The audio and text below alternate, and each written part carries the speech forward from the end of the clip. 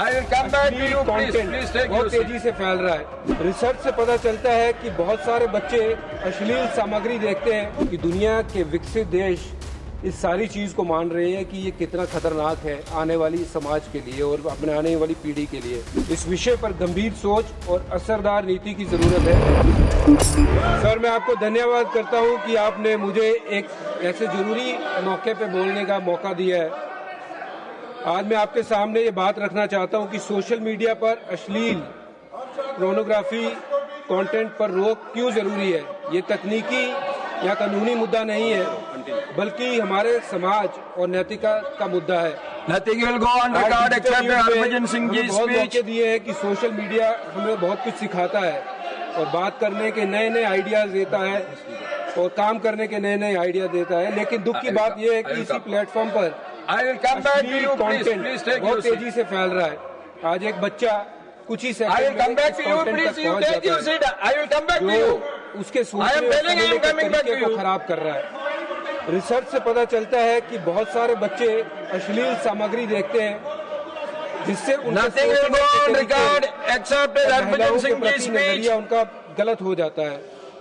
यह सिर्फ व्यक्तिगत नैतिकता का मामला नहीं है, बल्कि सामाजिक सुरक्षा और मानसिक स्वास्थ्य का भी सवाल है।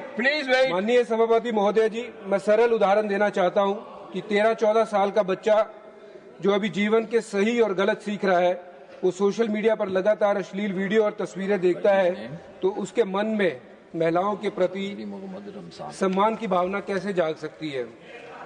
ऐसे कंटेंट से बच्चे को, महिलाओं को सिर्फ एक वस्तु की तरह वो देखने लग जाता है, जो समाज में अपराध और उत्पीड़न बढ़ा रहा है।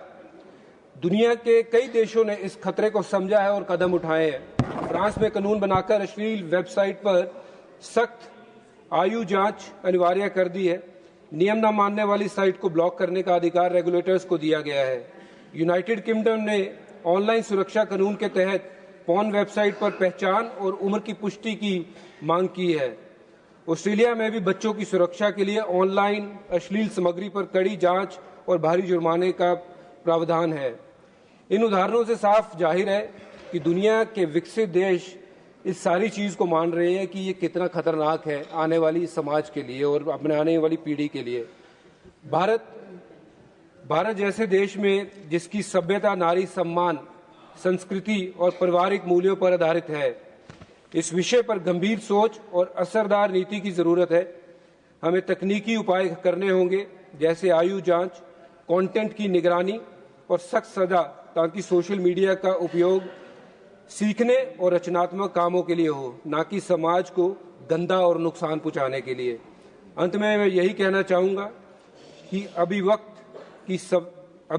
की स्वतंत्रता जरूरी है, लेकिन वह समाज और बच्चों को नुकसान पहुंचाने जरूरी है।